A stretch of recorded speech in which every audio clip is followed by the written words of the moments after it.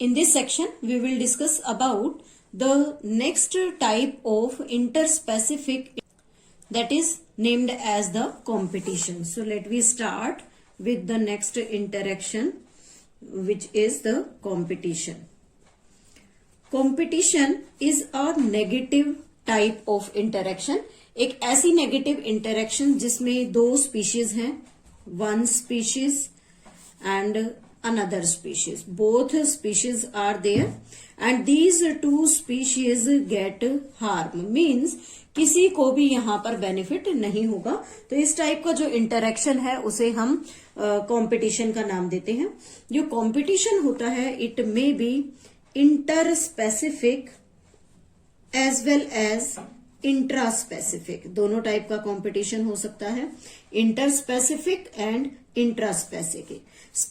What it means? Interspecific type of interaction in which the interaction taking place between the different species member. जो different species member के बीच में जो interaction होता है उसे interspecific कहते हैं.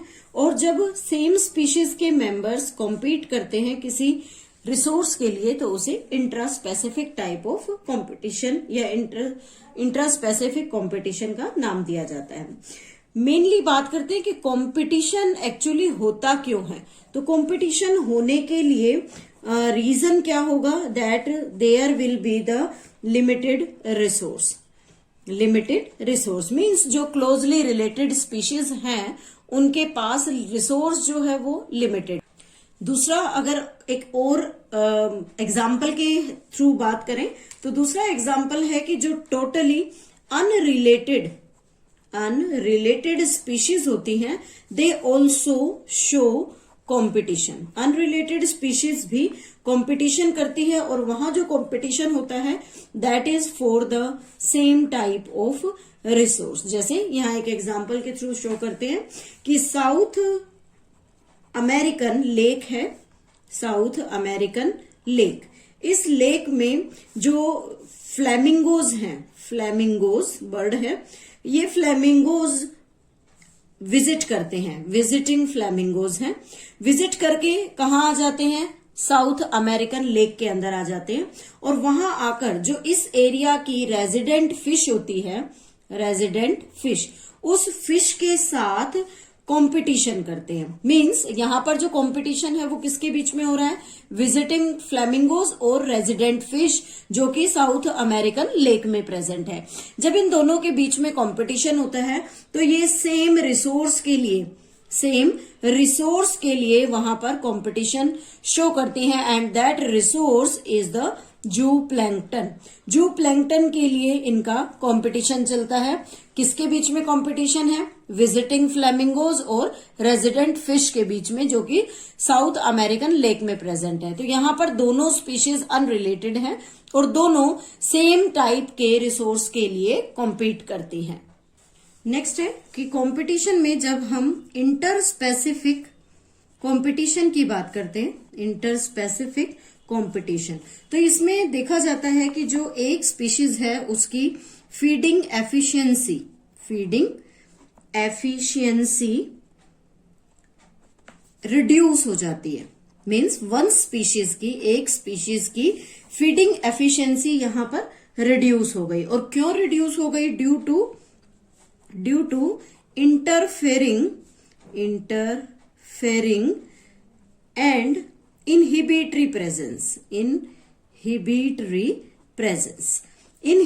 प्रेजेंस की वजह से. किसकी प्रेजेंस है यहाँ पर?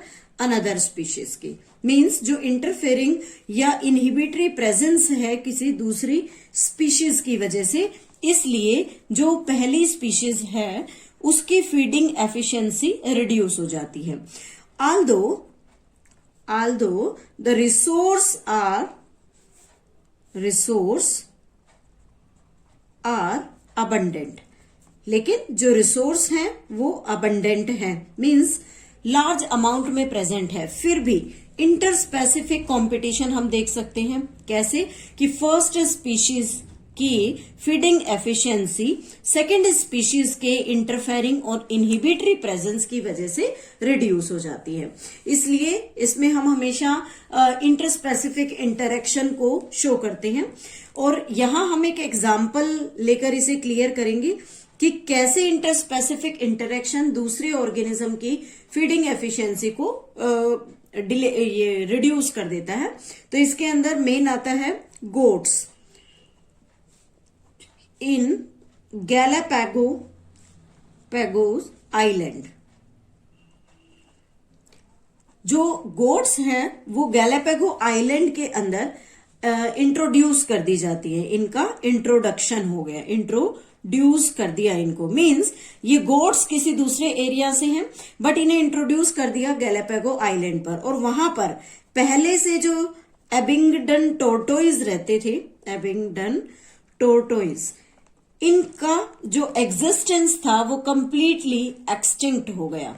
तो एक्सटिंक्शन के पीछे रीजन क्या रहा यहाँ पर कि जो एक्सटिंक्शन हुआ वो काफी मतलब डिकेड्स पहले हो गया था due to greater browsing efficiency, क्योंकि जो गोट की ब्राउजिंग एफिशिएंसी है, ब्राउजिंग एफिशिएंसी वो ज्यादा है in comparison to the tortoise. इसलिए रिसोर्स के अनलिमिटेड होने के बावजूद भी जो अबिंगडन टोर्टोइज की एफिशिएंसी थी वो धीरे धीरे रिड्यूस हो गई। देन उसी मीन टाइम में गोट्स ने पूरे एरिया को ब्राउज कर लिया and which results into the limitation of the resource so that the tortoise can't get the proper food, hence due to the starving condition they will extinct from that area. Next thing is competitive release। Competitive release का मतलब यहां पर क्या है कि एक ऐसा phenomena जिसमें इट मीन्स कि यहां पर एक स्पीशीज है जिसका डिस्ट्रीब्यूशन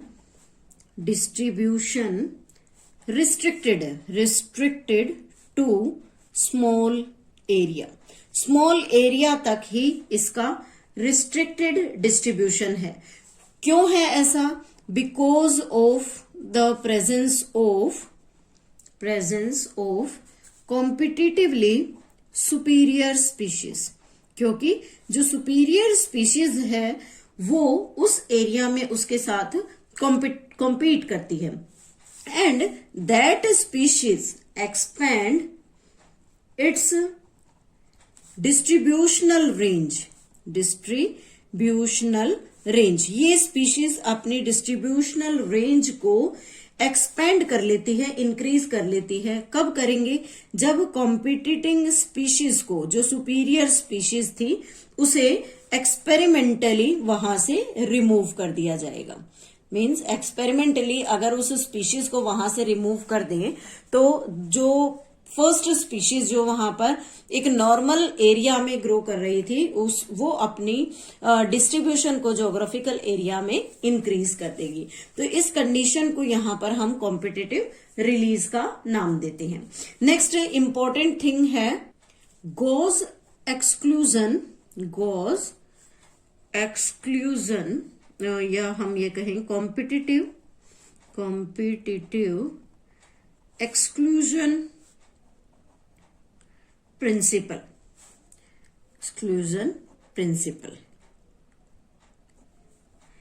गॉज ने अपना एक्सक्लूजन प्रिंसिपल दिया और उसमें उसने दो क्लोजली रिलेटेड स्पीशीज के कंपटीशन के बारे में बात की। तो उसने कहा कि टू क्लोजली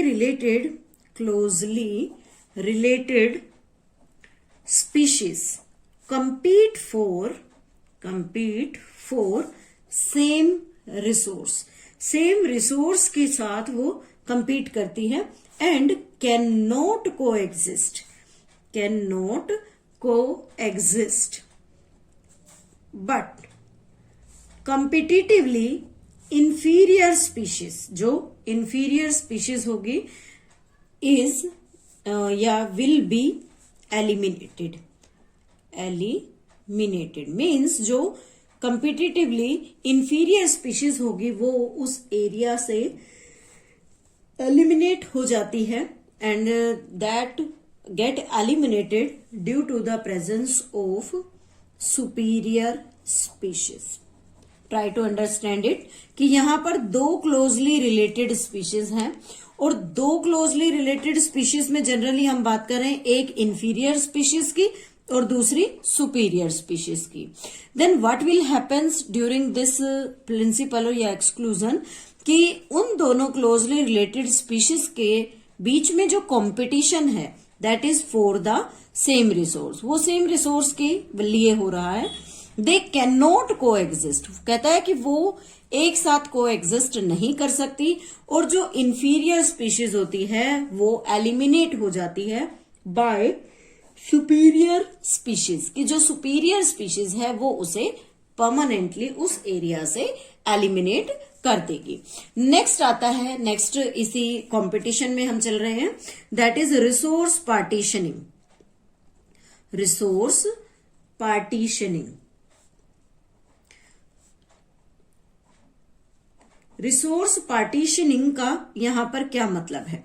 रिसोर्स पार्टीशनिंग एक ऐसा फिनोमिना जिसमें स्पीशीज कंपटीशन के मैकेनिज्म को फेस करती है और उसके साथ ही अपने अंदर एक इवोल्यूशन लेकर आती है ताकि, तो इस फिनोमिना में सबसे पहले हम देखते हैं कि स्पीशीज जो हैं वो फेस करती हैं, फेसिंग कंपटीशन, कंपटीशन को फेस करती हैं, लेकिन इस कंपटीशन को फेस करने के साथ साथ they evolve mechanism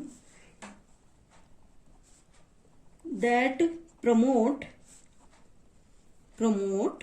coexistence rather than exclusion means जो क्लोजली रिलेटेड स्पीशीज हैं या जो स्पीशीज किसी एरिया में प्रेजेंट हैं वो कंपटीशन फेस करती हैं। और क्यों कंपटीशन फेस कर रही है? क्योंकि या तो रिसोर्स लिमिटेड होगा या फिर हम ये कहें कि एक स्मॉल ज्योग्राफिकल एरिया की बात हो रही है। दोनों सिचुएशंस के अंदर वो स्पीशीज चाहती हैं कि वो एक्सक्लूजन ना करे, मींस कि जो इंफीरियर स्पीशीज है उसको सुपीरियर स्पीशीज वहां से एलिमिनेट ना करे, तो उसके लिए वो वहां पर को एग्जिस्ट करना स्टार्ट कर देती है और को एग्जिस्टेंस के लिए अपनी बॉडी के अंदर कुछ इवोल्यूशन क्रिएट करती है रादर देन द एक्सक्लूजन। और ये जो एग्जाम्पल था that is studied by MacArthur नाम के साइंटिस्ट ने इस एग्जाम्पल को, इस रिसोर्स पार्टीशनिंग को नोटिस किया और उन्होंने कहा कि 5 क्लोजली रिलेटेड स्पीशीज हैं of warblers living on same tree, कि एक ही पेड़ पर वो रह रही हैं, लेकिन ये क्या करती हैं? अवॉइड कंपटीशन, बट इनके बीच में कोई भी कंपटीशन नहीं है। It means they start coexistence, इन्होंने को एग्जिस्टेंस स्टार्ट कर दिया। कैसे स्टार्ट किया? Due to behavioural